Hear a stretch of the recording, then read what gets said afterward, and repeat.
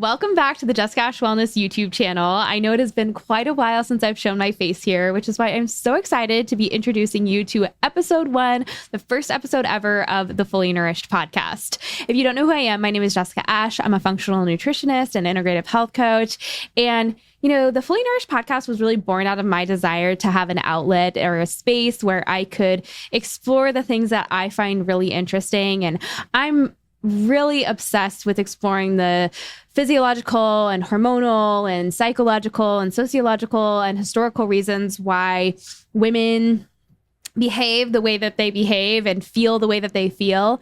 And over the past couple of years, I have noticed that everywhere you look, it just seems like women are so deeply burned out, almost on a soul level or a cell level.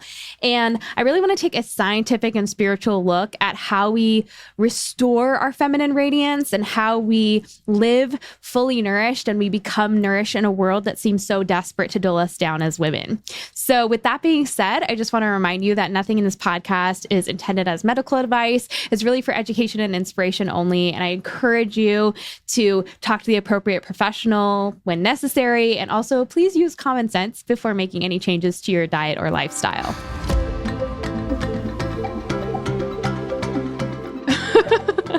I'm going to come straight out the gate and be honest with you and tell you that I am a little bit nervous. I didn't think I was going to be nervous, but here I am with some nerves. And I guess nerves are good. They mean we're showing up to do something really, really bold, which is what I hope to be doing with this podcast. So I'm just going to roll with them. With that being said, it feels very surreal to be sitting down and recording this podcast episode for you. I feel like so much of what has brought this podcast to fruition has been just your love and your encouragement and your requests over the years. And I have listened to you, and I've kind of had this podcast sitting in the back of my mind, marinating for a while, until I could really see a strong vision for it.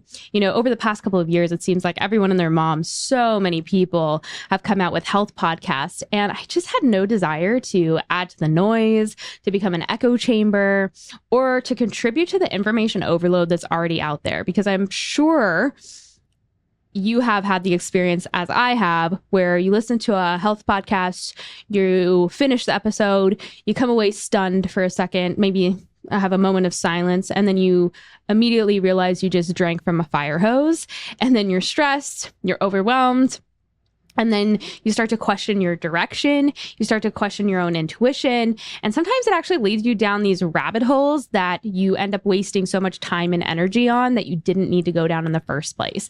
And so I knew that I didn't want to create any of that. That was one thing I knew, is I don't want to create any of that.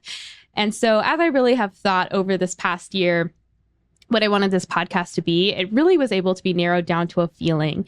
And that feeling was really to have you have a place to come connect, to come be refreshed, and to have a breath of fresh air, and to really feel hopeful when you come away from it. I think the most important thing I want you to feel is to feel lighter after every episode. I think all women right now, we need a little bit of lighter in our life. We need to feel lighter. So as I design this podcast and kind of curate what goes into it, I'm always having that at the forefront of my mind. And that leads us to jumping into this first episode. I have so many cool episodes planned, so many cool topics, so many guests I want to introduce you to. But this podcast episode feels really, really special because it is the kickoff. It's kicking off season 1, which is going to be a really incredible season for you, all about foundations. It's kind of born out of a little bit of a selfish desire, to be honest. Every 1 to 2 years in my career, I like to remind myself of the priorities, the foundations, and just what's important. Because I am human and I forget things too. And I think it's always important to go back to the beginning and back to the foundations over and over again, periodically, to just remind yourself why you believe what you believe and why you're doing what you're doing in the first place. And so as I thought about this episode, I was really stumped because it feels like, okay, episode 1 of the foundation season, and then episode 1 of the whole podcast. Where are we going to start? This is a new beginning. And I kept thinking, beginnings. What do I do with a beginning?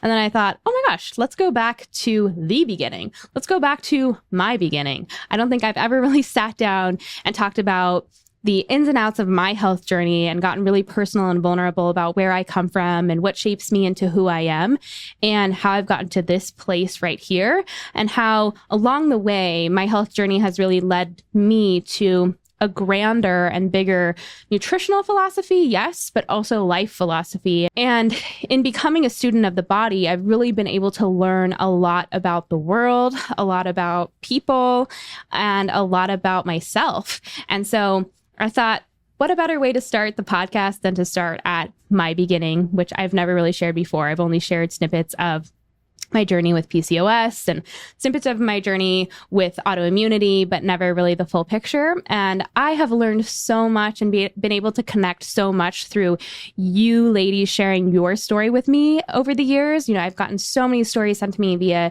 DMs and in the emails, and it has taught me that we as women are so powerfully connected. We require strong female relationships to be able to see ourselves clearly, because when we see ourselves reflected in another woman's eyes, it offers us a lot of clarity so that we can see ourselves more clearly from a completely different perspective. And not only does it help shape us and help us really get down and dirty with who we really are and learn more about ourselves, but it also helps us forge new identities and kind of strip away the things that are falsely or not supposed to be a part of our identity. It's a really, really powerful thing. And so I have just had the opportunity to receive so much from hearing your stories and see parts of my story woven into yours. And so my hope is that as I share this today, you'll see parts of your story woven into mine, and hopefully it will maybe help you connect some dots or feel not so alone, or even maybe have some aha moments that you didn't really recognize until you see how my story plays out. So let's dive into episode 1. So I have been a part of the health and wellness world in some way for more than a decade now, probably more like 11 to 12 years. I started out as a group fitness instructor because I was really into fitness and I loved the community aspect of it. And then I became a personal trainer. And as I worked with a lot of women I tended to work with a lot of women who were middle-aged, a little older, I started to really see that the old recommendation of calories in, calories out just wasn't really applying to women at all. I was really confused because that's what I had learned. And I wanted to understand why, because it wasn't applying to me, but it wasn't applying to these women that were struggling with their weight, really forcibly under eating, really undernourished. And so it got my wheels turning. And that's what really ended up introducing me to hormones. And I really found a lot of interest in hormones. But backing up, rewind a little bit before I dive into that. I have been in this world in some way for a really long time. And so I have seen a lot of trends come and go. And I've had the unique opportunity to see how the health and wellness world has kind of played out over the course of a good amount of years, and see different fads come and go, so different trends come and go. And then to also see how much the health and wellness world has changed with the introduction of social media, and then the introduction of these forms of content that are meant for quick learning and quick consumption, such as, TikTok videos and Instagram reels and YouTube shorts and things like that. So the way that people are learning has changed throughout these years as well. And when I got started on social media, I think it was like around 5 years ago now, I had no idea what was in store for me, because at the time, that was still when you were just, you'd make one static post on Instagram and you'd share your spiel, and that was it. And man, oh man, have things changed even since I got started on social media. And so I've been on social media now consistently for about 4 to 5 years. And at the beginning, when I really started talking about these nourishment principles and what I teach in Fully Nourished, this was not really something that people were talking about. People weren't talking about food and wellness in the context of nourishment. They were talking about these things in the context of restriction. It was all about what to restrict. And I remember listening to all these doctors and listening to all these nutritionists and these dietitians speak on how to heal your hormones and heal your body. And I remember thinking how many things they would tell you not to eat. And I remember thinking, like, what the heck do you actually eat? Because if you can't eat all those things, and the recommendations are really just vegetables and leafy greens and lean proteins and fish, it was like, what the heck do I eat? And I really just wanted to create content where it was like, oh, it's okay to eat. It's good to eat. You know, you don't have to just stick to this small kind of paleo-esque diet. You can expand a little bit. You know, dairy's not always the demon and gluten's not always the problem. And it really has exploded. I am so happy that this information resonated with so many women and it spread like a wildfire. And I have to say that, I got to shout out the JAW community, the Just Cash Wellness community a little bit here, and the Fully Nourished community. This information and looking at health and wellness in the context of nourishment really spread like wildfire. And then as TikTok came into the picture and, and Reels came into the picture, it was like, whoa, this is just an explosion of people sharing information. But then along the way, what you see is, of course, this is going to breed a lot of copycats, especially if you're bringing a lot of newer information to the space. And, I'm the first to admit that these were not all concepts that I came up with. These are concepts that were really born of me taking some complex research and trying to break it down into actionable steps. But then what you saw was so many people that had not done the work, had not done the years of research, or had not really taken the time to understand the whys behind the concepts, just started to get their hands on this information. You start to see how copycats are born. And the reason I bring this up is because the health and wellness world and social media are really intertwined. Sadly, they're very intertwined. And with the change in social media has come a very big change in the health and wellness world. Now, I'm the first to admit that health and wellness culture has always been slightly toxic. It has always been very interesting to me to observe. After I kind of was able to part ways and pull the wool over my eyes on the cult-like behavior that goes on in some of these communities. But over the course of the past couple of years, I really started to feel how much social media operates, and especially the health and wellness space operates in almost a cult-like way. And I know a lot of you noticed that I took a break from social media, which I appreciate you noticing. Sometimes it's such a weird world where we say like, oh, I've been gone and now I'm back. And people are like, I don't care. I never noticed. But so many of you did notice, and I wouldn't be offended if you didn't notice. But so many of you noticed that I took a pretty big step back this past year, probably from mid-2022 to mid-2023. And part of that was that I went through a pretty big life transition. Obviously, you can see behind me that I'm in a recreational vehicle. We moved into an RV. And, so going from a home to an RV was just a little bit of a different lifestyle. Like, not only was it a big change in my environment, but also just it's a little bit of a different lifestyle. It does require a little bit more movement, moving around and adventure and being in new environments all the time. And it was just kind of a big life transition. And so that was part of the reason why I stepped back, but I also needed a little bit of a break. And as I started to take a break and take a step back, I really started to just think and contemplate about a whole lot. I had not had time before to really sit and consume content. I hadn't really had time to really sit and kind of observe what was going on around me within the health space. I was always kind of focused on my own thing and focusing on what I was doing. And so it was a unique opportunity for me to really take a step back and start thinking and contemplating and just observing. And I had a little bit of a dark night of the soul, to be honest, because as I started to really sit and observe with how people behave in the health space, but also how people respond to that behavior, I started to almost get, I don't want to say the word triggered because that's not what it was. I got a revelation that, wow, this is the health and wellness space behaves almost like a religion.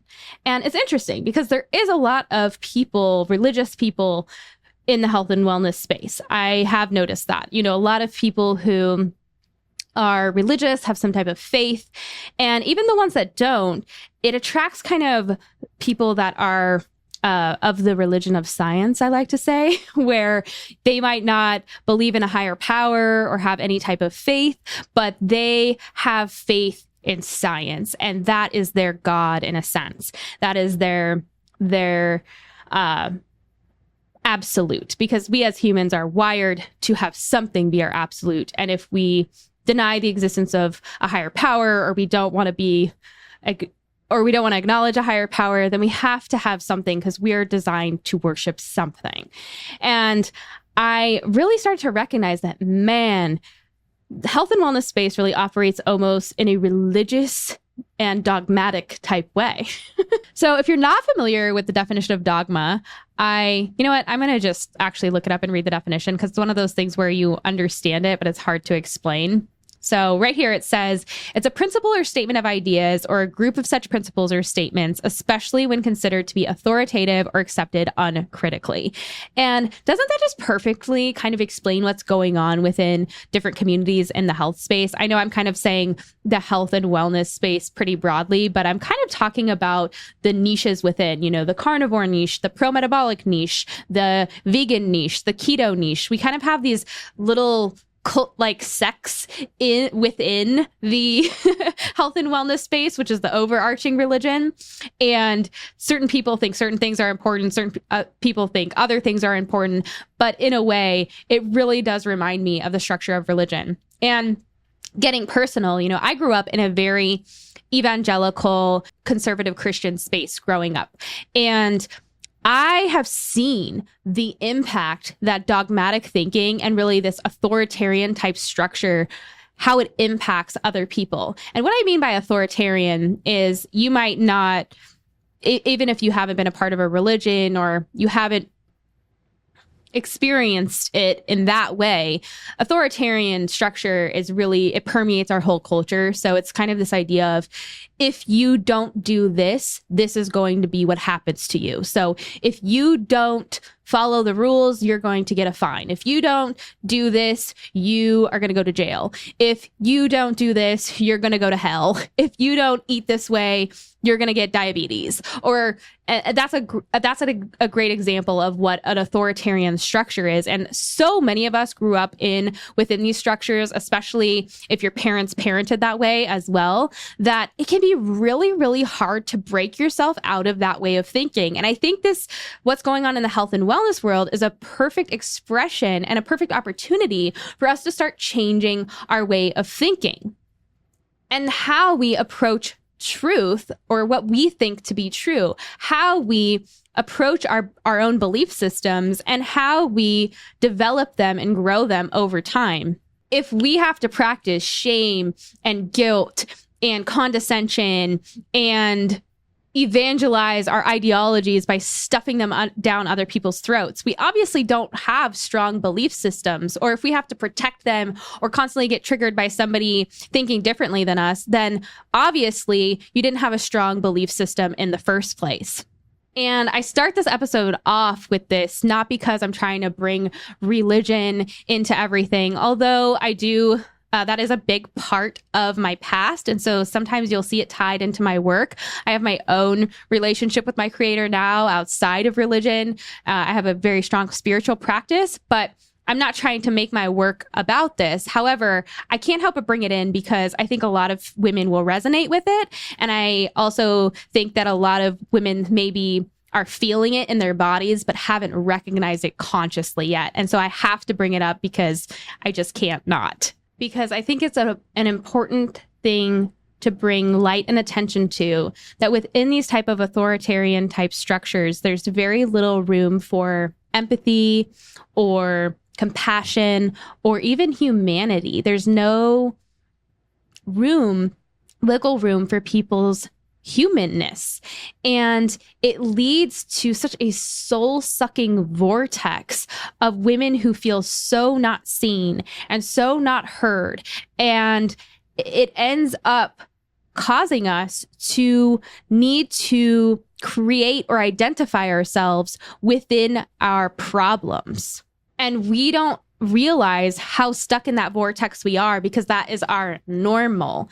And what I'm trying to do is bring awareness to this is not normal. Being stuck in your negativity and your victimhood and your disease as your identity is not normal. You don't have to be that way, yet everyone, even if so many people around you are operating that way.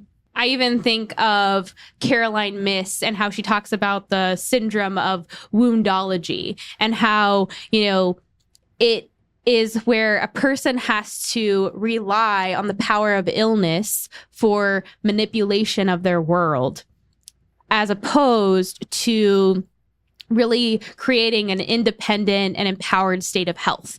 And to me, all of these kind of themes of religion and how the health and wellness world operates right now and growing up within these authoritarian structures really lead us to needing to be heard and trying to create any identity that makes us feel heard. So thinking about that, idea of woundology, I love that definition. And diving into my own health story, I think that the evangelical structure is a really big part of my story because it left me so disassociated from my own body. I remember growing up and seeing how many women around me struggled with their health or struggled with something, right? And I remember almost feeling feelings of dread of growing up and becoming a woman, because I would look around and hear about all of these health issues and, hormone issues that I know to be now, and mood issues, and the misery that these women were giving off, the energy that they were giving off was not something to look forward to. It was something to dread.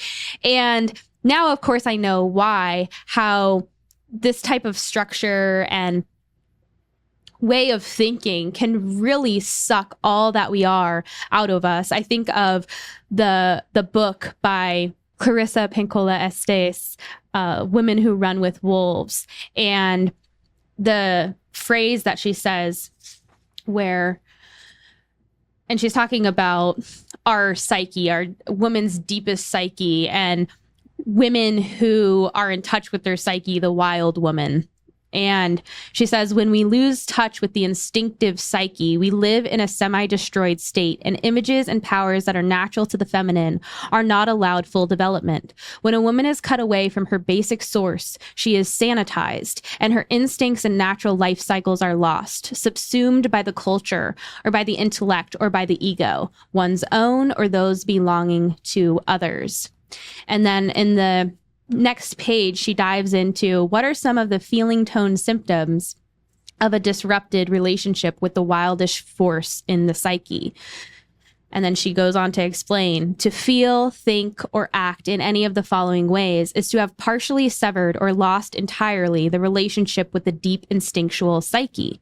Using women's language exclusively, these feelings are feeling extraordinarily dry, fatigued, frail, depressed, confused, gagged, muzzled, unaroused, feeling frightened, halt or weak, without inspiration, without animation, without soulfulness, without meaning, shame-bearing, chronically fuming, volatile, stuck, uncreative, compressed, crazed, feeling powerless, chronically doubtful, shaky, blocked, unable to follow through, giving one's creative life over to others, life-sapping choices in mates, work, or friendships, suffering to live outside of one's own cycles, overprotective of self, inert, uncertain, faltering, inability to pace oneself or set limits, not insistent on one's own tempo, to be self-conscious, to be away from one's God or gods, to be separated from one's revivification, drawn far into domesticity, intellectualism, work, or inertia, because that is the safest place for one who has lost her instincts. to fear to venture by oneself or to reveal oneself, fear to seek mentor, mother, father, fear to set out one's imperfect work before it is an opus, fear to set out on a journey, fear of caring for another or others, fear one will run on, run out, run down, cringing before authority, loss of energy before creative projects, wincing, humiliation, angst, numbness, anxiety. Afraid to bite back when there is nothing else left to do, afraid to try the new, fear to stand up to, afraid to speak up, speak against, sick stomach, butterflies, sour stomach, cut in the middle, strangled, becoming conciliatory, or nice too easily, revenge, afraid to stop, afraid to act, repeatedly counting to 3 and not beginning, superiority complex, ambivalence, and yet otherwise fully capable, fully functioning. These severances are a disease not of an era or a century, but become an epidemic anywhere and anytime women are captured, anytime the wildish nature has become entrapped. A healthy woman is much like a wolf, robust, chock full, strong life force, life-giving, territorially aware, inventive, loyal, roving, yet separation from the wildish nature causes a woman's personality to become meager, thin, ghosty, spectral. We are not meant to be puny with frail hair and inability to leap up, inability to chase, to birth, to create a life. When women's life are in stasis, it is always time for the wildish woman to emerge. It is time for the creating function of the psyche to flood the delta. Those, to me, are such powerful words and such an accurate representation of where so many women are at and kind of the theme of this podcast, and is a perfect explanation to me as to where I was at. I can look back and see throughout my health journey, all of the maybe physical aspects that led me to the place I was at. But more importantly, I see the spiritual aspects and the emotional aspects that led me to where I was at, being so stuck within that very structured authoritarian type structure of religion. But I'm sure most of you can think of that could apply to authoritarian structure of parenting, that could apply to anything really. So diving into my health story, a lot of it happened slowly and then kind of all at once. I think a lot of people maybe experience that as well, or women experience that. You didn't know something was wrong until it was very wrong. But my health journey started very young. I had health problems from the time I went through puberty, and it was specifically period problems. And I ended up going on birth control because that was the only option that I was given at a young, I think I was 15 years old at the time. And for a long time, I blamed birth control for all of my problems. I was on birth control for a little bit over 2 years. And I know for a fact that that pill almost acted as a suppression of symptoms, because the minute I stopped taking it, really the feces hit the fan, so to speak. And I quickly kind of unraveled into this metabolic mess where I was gaining lots of weight. I was growing facial hair. I had acne, really bad cystic acne that was painful all over my face. My hair was falling out. I had horrible gut issues, and the list went on and on and on. And I spent so much time, jumping from doctor to doctor to doctor, only to have them say the same thing, which was, there's nothing wrong with you. Everything's fine. Your labs look fine. I remember one doctor looking at me, and I think this was when I was 18 at the time. I mean, I was still very young, trying to figure out what was going on.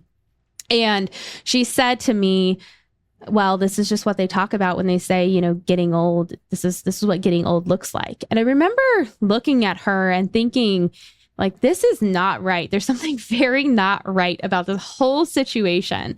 And so that's what really spurred me on. After that was given to me, I had not really understood that there was a whole nother world out there of alternative healing and alternative approaches to health. And I had just been given one snippet of how to approach health. But I knew, even in my young soul, that something wasn't right there.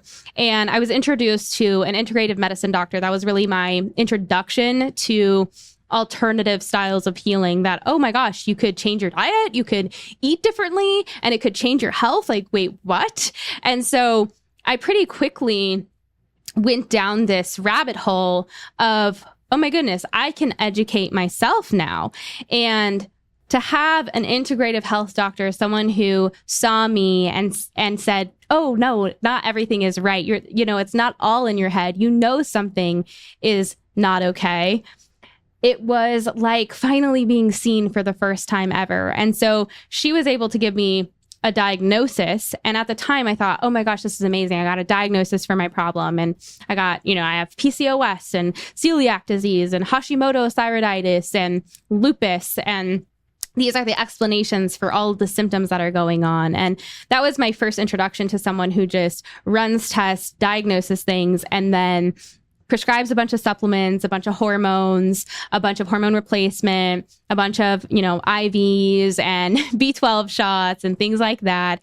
And says, okay, once you take these, you're going to be great and you're going to go along your merry way. At the time, I was also starting to really be introduced to the idea that, changing my diet could actually change my health. And so early on, this was when, gluten-free was not a thing. You'd say gluten-free and people would be like, what? Like gluten-free was not really a well-known thing. The only gluten-free brand that was available was Udi's. I don't know if you guys remember. And it was so hella expensive. It was so expensive because it was the only product out there and it was a really specialty product. So if you wanted to eat gluten-free bread or gluten-free anything, Udi's was the brand that you were going to buy. And so I remember going gluten-free and starting to dabble in being dairy-free because that was kind of promoted as the end-all be-all.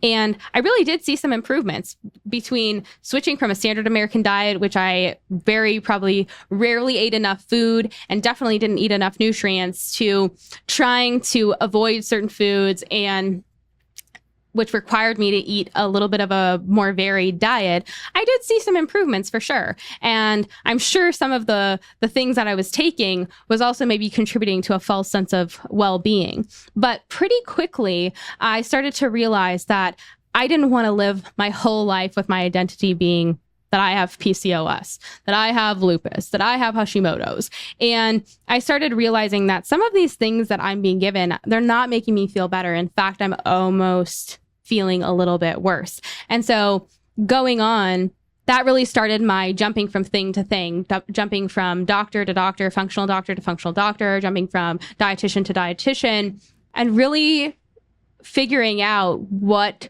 worked for me. And I kind of talked about how, I went down so many different rabbit holes at the beginning because I was just obsessed with healing. I wanted to fix myself so badly. I wanted to be, I wanted to almost be perfect. I wanted to achieve perfect health. And it can be a terrifying thing to receive a diagnosis and to finally have an explanation for what's been going on with you. It can be a really, really scary kind of downhill fall. It can feel like a free fall in a way, and you become overwhelmed. And at the time, when I got diagnosed with, especially with PCOS, that was my primary symptoms, there was not the information like there is today. When you looked into autoimmune diseases or when you looked into PCOS, very little people were talking about them. That was really before the explosion of PCOS diagnoses began. A lot of doctors still rejected the idea that PCOS even existed. And when you started to research for, autoimmune diseases, it was very common those days for people. Paleo was all the rage. And so the autoimmune paleo protocol and like the Walls protocol were really, really popular at the time. So those were kind of the directions that I went pretty quickly. I went from gluten-free to dairy-free to paleo pretty dang quickly.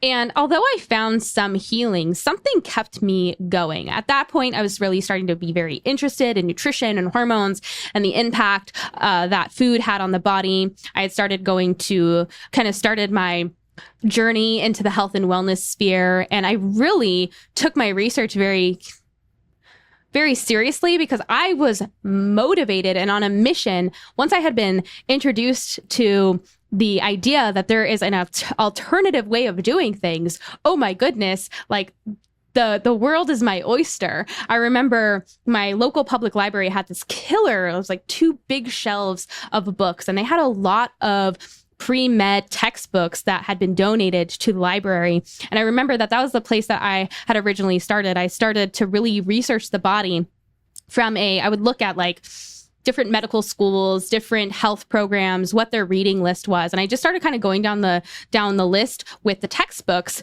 And pretty quickly I learned, like, I don't really know how this is going to help heal anybody. In fact, this seems to be very not conducive to healing. It actually seems to be almost like anti-healing. What's going on here? There's a very anti-nutrition bias within these textbooks. What's going on? And so that quickly led me to more wanting to learn more, because I was like, well, this isn't it, but I'm hungry to learn more. And that's really where I started to just educate myself regarding nutrition and hormones. I took so many different courses and certifications and started to really go to school. And it led me to the place that I am now. But if I'm being honest, even as a nutritionist, there was a time where, just because you become a nutritionist and just because you take certain certifications and you get an education, it doesn't lead you to just automatically being able to heal yourself. And although I had made so many strides up into the point, for those couple of years from my diagnosis to where I was at, I still felt like there was something missing. And when I discovered the work of Dr. Ray Peat and a lot of the different researchers that he mentioned in his work, that's really when the pieces started to come together for me. I had already had laid such a strong foundation with hormones. I really understood a lot about hormones at the time. I had learned a lot about different aspects of nutrition, but to be able to connect the dots on how important not only metabolic function is, because that was not new to me, but really the things that impact the metabolism. That was when I was able to make a lot of strides regarding my health. Up until that point, I really had to manage my symptoms. I was still eating gluten-free for the most part. I was still eating dairy-free for the most part. And I was still really eating to restrict instead of eating to nourish. And when I started to read his research and try to understand his research, which was very new to me, it was counterintuitive because I had been going from, gluten-free, dairy-free to paleo to autoimmune paleo to like kind of similar to autoimmune paleo, which was the Wahls protocol. Then I started to get more carnivore and keto and more restrictive because I assumed, since I saw things from a very authoritarian context, like, if you do this, this bad thing will happen. If you do this, this bad thing will happen. And I really was seeing nutrition from the eyes of restriction because that was really the theme that was being touted and taught at the time. To go from that mindset to a more, oh no, that restriction is the thing that's actually causing some problems, and we need to go to a more nourishment mindset of what do I need in my diet to thrive? Not what do I need to avoid to feel okay and manage my symptoms, but what do I actually need to include in my diet so that I can thrive, so my body can do its work and do what it's meant to do, which is self-balance, self-optimize, and self-heal. And how do I get out of my own way? And it took me a long time to wrap my head around those concepts, and then to be able to finally wrap my head around the concepts of, okay, maybe sugar is not the worst thing in the world. Maybe carbohydrates aren't the demons that they're being touted to be. Maybe there's more to the metabolic story. And really, that is what opened my eyes as I began to nourish myself. I began to see things so clearly, not only just see how my body could heal, but also to be able to see how the environment I grew up in and what my thought processes were around my body, around nutrition, how they really impacted my health, and how it wasn't really about achieving this perfect health like so many influencers seem to portray, whether that be on Instagram or TikTok. I feel like the influx of health influencers, especially the ones that curate these like perfect aesthetic feeds and have perfect dinners on perfect plates and all of that can really contribute to our idea that health is this thing that we need to achieve. There's this state of perfection that you will reach. And if you're not there yet, you're behind, or you have somewhere you need to be, because where you're at is not it. And that's why I loved discovering Dr. Pete's work, because it, more than anything else, gave me permission to perceive, think, act, which was his motto. And it allowed me to start thinking outside of the box about nutrition. And I realized that I already was for so long. I already was noticing there's something wrong. There's something going on. The health space is super obsessed with restricting. They're restricting. They're kind of looking at food in the context of what can I restrict from my diet to feel better? And I wanted to change that paradigm. And his work was the one that really gave me permission to do that, because I started to really understand how dangerous restricting the body really was and how important nourishment was. And over the years, as I got into a better headspace, and of course, as I nourished my body more and more, my symptoms would begin to fade over time. My autoimmune symptoms faded pretty early on because I removed myself from the evangelical environment, that authoritarian structure. Isn't it crazy how hating yourself and talking about how horrible you are all the time could possibly, isn't it crazy that it could possibly make your body attack itself? Is it possible? So once I got out of that really guilt and shame driven environment, that kind of where you're the center of the universe, really your victimhood and how sad of a sinner you are is really the center of your life, and your obsession with all of your negative qualities and all of the things you've done wrong, it really did impact my health. And so as I got out of that environment, the autoimmune issues quickly really faded for me. And I can look back now and see hindsight's 2020 that it wasn't probably as much about the food. Yeah, of course, I started eating more nutrients, and I started eating less of things that were impacting my body and causing inflammation. But in reality, I think a lot of it was that I was removing myself from an environment that caused this constant self-attacking. But as I started nourishing my body and eating for nourishment instead of eating for my PCOS or eating for my lupus or eating for my Hashimoto's, I was able to drop those labels as identities. And I was able to really step into a new identity as a person. As I became more and more nourished on a cellular level, my energy changed, and therefore my body changed, my mindset changed, my belief system changed, how I approached life changed. And I became less and less obsessed with health and more of a student of the body and a student of my surroundings and a student of how my environment impacted my body. And that's really where I found my nutritional philosophy. Over the years, it of course has changed, but now my nutritional philosophy is really about not only creating resilience, but having a pursuit of wisdom and being very curious and finding answers within my choices and finding answers within my cravings, and really observing how my body interacts with food and the environment in a really curious and observational and playful way, instead of this militant, structured, rigid, constant pursuit of perfection and this constant pursuit of reaching this mysterious place of perfect health. I see people doing it constantly, and it must be exhausting because perfect health doesn't really exist. We exist in a place of dynamic ebbs and flows where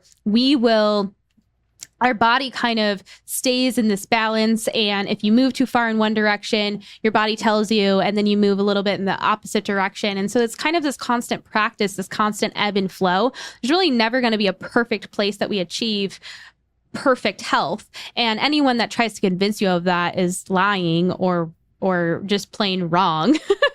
But as I've gone through the years and years of trying different things and experimenting in different ways and going down different rabbit holes, I'm just more aware than ever that, as I mentioned at the beginning of the podcast, information is really nothing without wisdom or focus. The old phrase, there's nothing new under the sun, is really very true.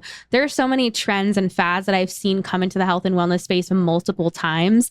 And I think it's kind of funny in a way how people respond the same, no matter what time is, no matter how much time has passed. People tend to be really predictable and get caught up in their emotions, caught up in their fear. And again, the mention of the shame and the guilt, and a lot of times there's a lot of manipulation going on in the health and wellness sphere as well. People are really very evangelical about their beliefs and need to evangelize and shove them down people's throat. And it can make people that aren't really aware of what's going on feel incredibly confused and overwhelmed and second guess themselves a lot. And I am just fully convinced that information is really nothing without wisdom or without focus. And it's really of utmost importance to learn how to focus our attention on the right thing. For me, for so long, health and perfect health was kind of my ultimate pursuit. And I look back now, and although I don't regret it, I think it was a great learning experience. I've left it behind. To me, I can look back now at that time and see how exhausted I was and burned out and overwhelmed. And I realized that I would never be able to fully heal. The reason I was still experiencing symptoms was not because I wasn't taking the right supplements or eating the perfect diet or eating the right diet. I was constantly ignoring what my body was trying to tell me, that health is not a place, but it's more of a practice and a balance. And you're going to go through certain seasons where the ultimate answer is to just surrender and accept what you're going through. And the best thing you can do for your health sometimes is to just reach a place of acceptance instead of trying to constantly fight for control and try to control every little minute detail of your body, your health, your diet, your supplement regimen, every minute of your day. I'm more convinced today than ever that health is kind of like a dance, or it's an art where your body knows how to be healthy and it knows how to heal. It just needs to be given the right environment and the tools to do so. And it actually is very good at letting us know what that is if we are willing to listen. And part of the reason I'm doing this podcast is so that my hope is that you don't make the same mistakes that I did.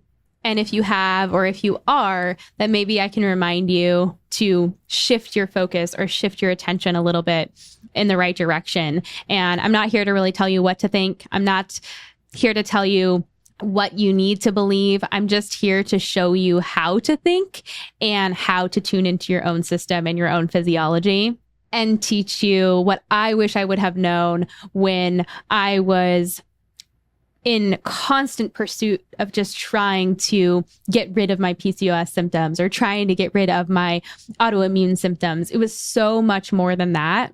And my body had so much more to teach me.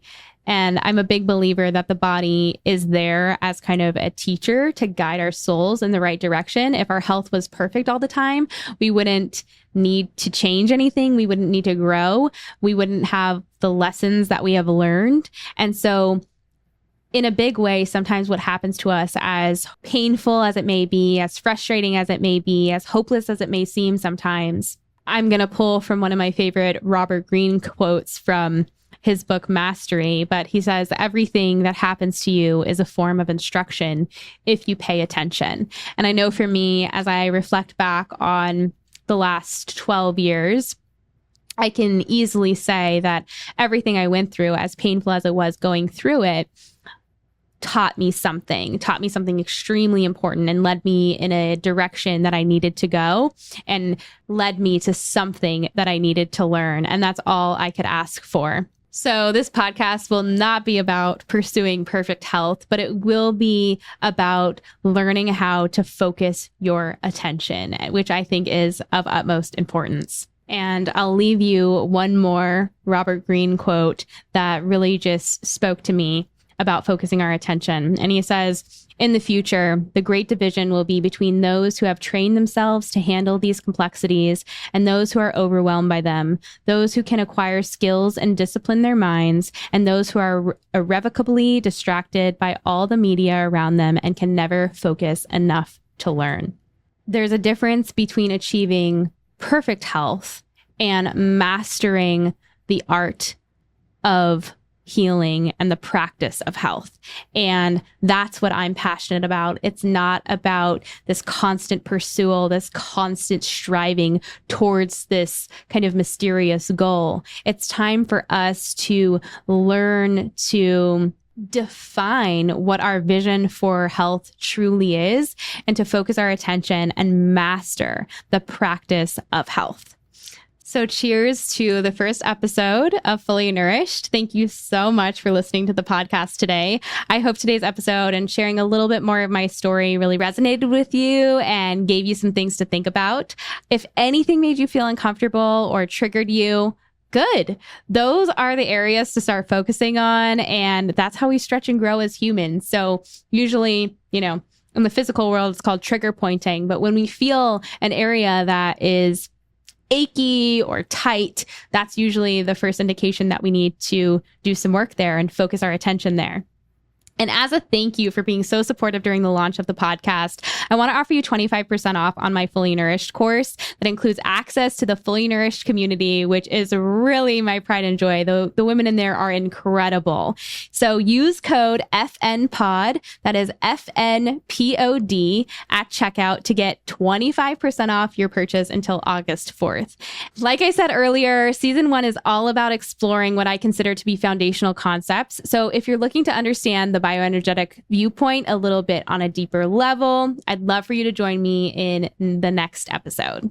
If you're looking for any of the links or resources discussed today, they are included in the show notes, which are linked in the description box below. And if you enjoyed the episode or want to support the podcast, please share it with others, share about it on social media, like this video, and subscribe to the channel. I really rely on women like you to spread the word. And with that being said, I really value your ideas and thoughts about the podcast. So if you have any topics you'd like discussed or guests you'd like me to bring on, please go to jessicaashwellness.com/podcast to share those with me. And if you want more content or want to stay in the loop about new episode drops as we dive into the season 1 foundations episodes, follow me on Instagram at jessicaashwellness and sign up for my Sunday email at jessicaashwellness.com/email-subscribe. Thanks again for listening, and I'll see you soon.